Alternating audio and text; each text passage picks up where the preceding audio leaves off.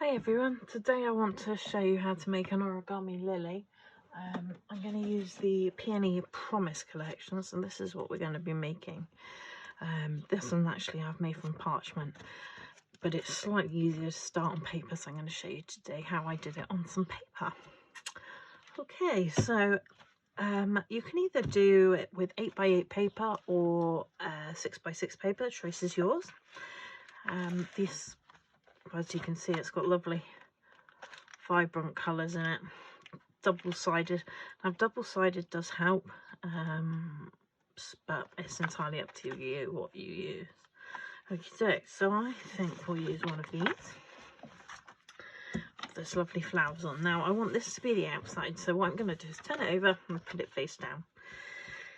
Now first off, we're going to put it square to us and fold the bottom all the way up to the top.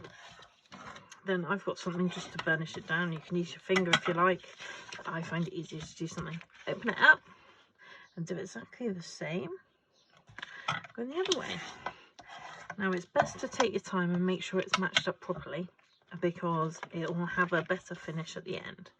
Okay, now then, what we're going to do, turn it round so it's like a diamond, and we're going to take this bottom corner here and we're going to fold it up to the top corner there. Okay, so we're going to burnish that one. Open it back up. I'm going to turn it around 90 degrees, and we're going to do the other one. Okay, like so. So what we've got, you can just about see there, is we've got one line here, one here, one here, and one here. Okie doke, so the next step is we're going to make it into a triangle shape. So turn it back over so you got your good side up, and then you want it, so you can't see too well on here, I don't think, actually. If you lift it up, you'll see it naturally has got an inward crease. You're going to be folding it into a triangle, look. Do you see? So where you had your crease line, it's naturally folded inwards. The same on the other side. So that's what you want to achieve. So it'll look like that inside. So if I show you again. So we've got our we've got a triangle here. We've got one of the horizontal folds there. We're going to sort of lift it up, push it in, and you're going to get a flat fold. Okay, now what I also do at this stage, which will make your life much easier later on, is fold each corner into the center. It doesn't make much sense at the moment, but you'll see later on why it will help you and make your life easier. So it's a simple, just fold each corner in, burnish it down. We'd already done that one. Okay, so back to our triangle and fold it in. Okay, right, so the next thing is going to turn it up the other way, so the open bit's at the top and the points towards you. You're going to lift up one of these, and then you're going to need to open it up. Now I find it easier to use something to stick inside it.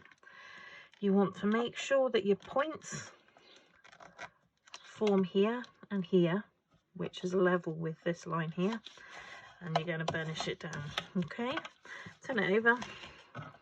You're going to do exactly the same. So I find it easier to put something in, and then points to point, and burnish it down. Okay, then we've got two more to do. So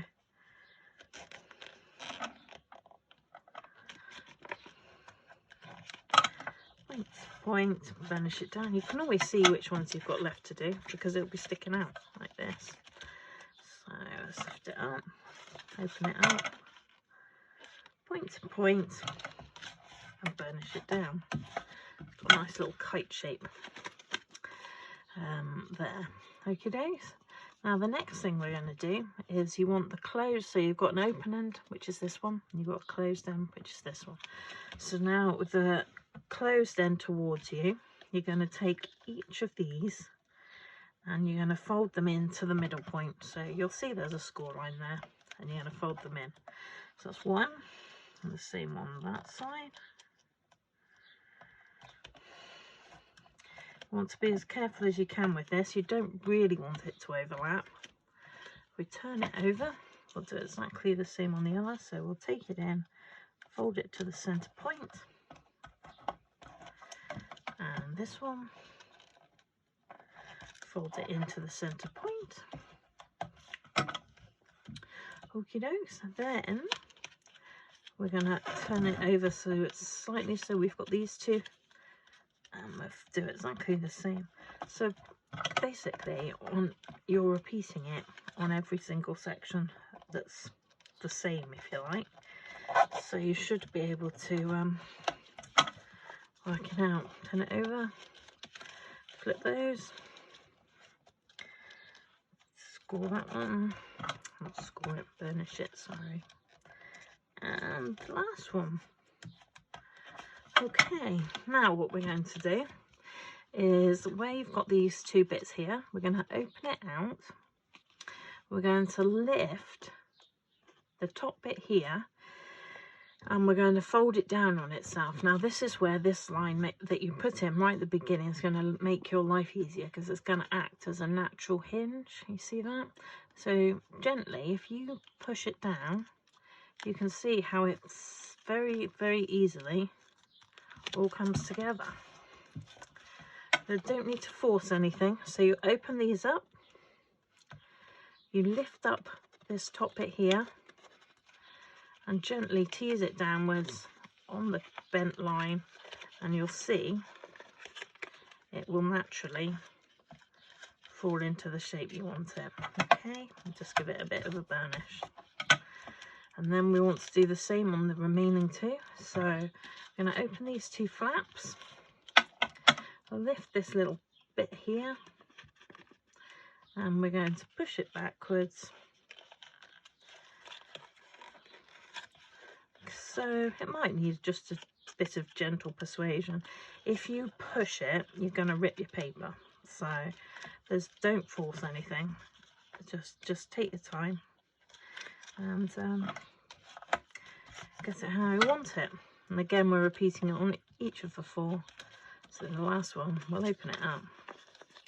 You'll find it'll bend on the crease, and you can see how they fold inwards, like so. Okay, let's just burnish that one. Right then, now then, what you've got now is, if you take, you've got sort of a kite shape, if you like. So what you want is the shorter end. So these sides are much longer. On the shorter end towards you, and you're going to pull the long one, keep this folded in, back up to make a diamond. Okay, turn it over. You're going to lift up this bit, and you're going to fold it down, keeping your flaps in there, and fold it down. The same on the remaining two, just making sure that these stay closed, and fold it back. And somewhere there'll be one more. There we go. So lift this up and fold it back. Okay, now you can see here that I've got more on this side than on this side, so all I need to do is to take two and push it across the other side. All right, so you've got a lovely diamond shape. Now what you need is, again, you've got an open end and you've got a closed end. So put the closed end towards you, and you're going to fold in the edge to the middle.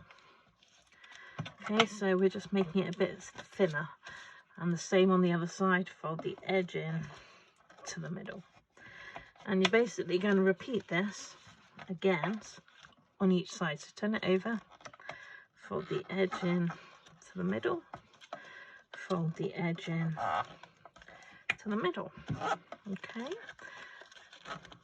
open it up, fold the edge in to the middle, and fold the edge in to the middle.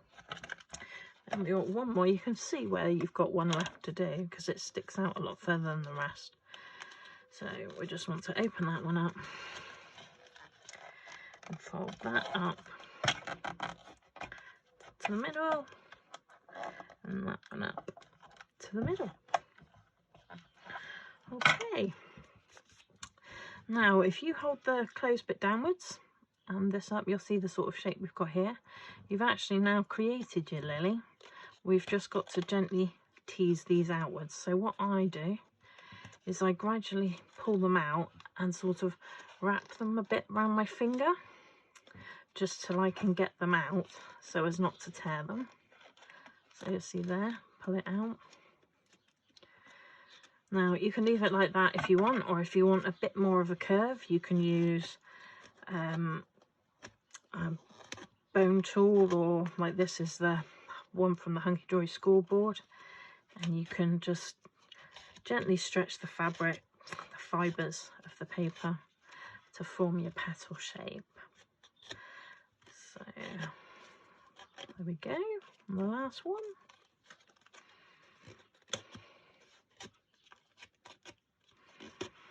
Okay, so there you go. You've got one beautiful origami lily. You can see here where the double-sided, if that had been white inside, what you can see here as purple would be white. So it's quite nice to have the different colour. And then you can finish it off however you want. So you can use a piece of wire and stick it down through the middle, and pop a bit of glue from a glue gun on the top, and then you can have it on a stem. If you want it freestanding, you'll probably want a bit thicker than this wire. That's only thin wire. The stamens, you can just take a piece of wire. If I put my glue gun on, actually.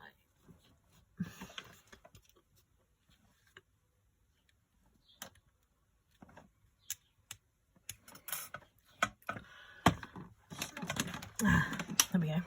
So I've just put my glue gun on. So what we'll do is we'll put some stamens in it. So take a couple of bits of wires.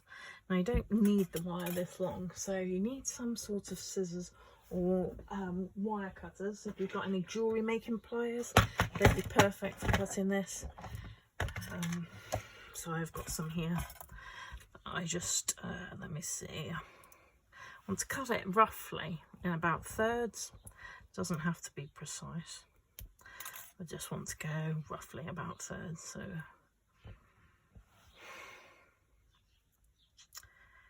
2, 3. Okay, so I've just got a range of gems. I got these off of eBay. You can get them in all different colours, whatever suits. So I've got a whole raft of them here. So I think for this, I might just do the pearl ones. So I've got one here that's just pearl ones. So these are all flat back. They're not self-adhesive. They've got nothing on them. I would show you, but I'm not sure that you can really see. So if I turn the back out, turn it over to the back. No, it doesn't really want to show you, but anyway, there's no sticky on there. So we're just going to attach those to the top of each of these, and it's going to make our little centre bits for our poppy. So with any luck, yeah, there we go. So all I do is pop a bit of glue from the glue gun on there, and then I just stick it down on top of the pearl and adjust it slightly if I need to. So you can see there, just about, see it better there, that it fixes on. So I'll just do the same with the other. So I find it much easier to put the glue on the wire, and then you want your pearl with the flat pack facing you, and just stick it down on the top. Okay, and the same with the last one. Once you've glued them, you do want to let the glue cool down so it's sort of set before you try doing any more with it. I mean, it cools down very quickly because you don't want a whole massive amount. So there we go. That's the third one. Pull off all the strings. So they're going to be our stamen, and this is going to be our stem. So what I'm going to do, I'll take my pliers and I'm just going to bend the top to make a little loop. Put that there again. That's just going to give it something extra so it doesn't pull it back down through the hole. If you want, you can wrap them together. I mean, this wire's very thin, but it works for what I want it for. I think what thickness it is. They're 0.7, 22 gauge. So if you want them standalone, you want to have a thicker gauge, but these are 22, so they're perfect for if you want to make them into molds. Okay, so we're going to pop that one down through the middle of our flower and pull it down. Then we're going to pop a bit of glue on the top here.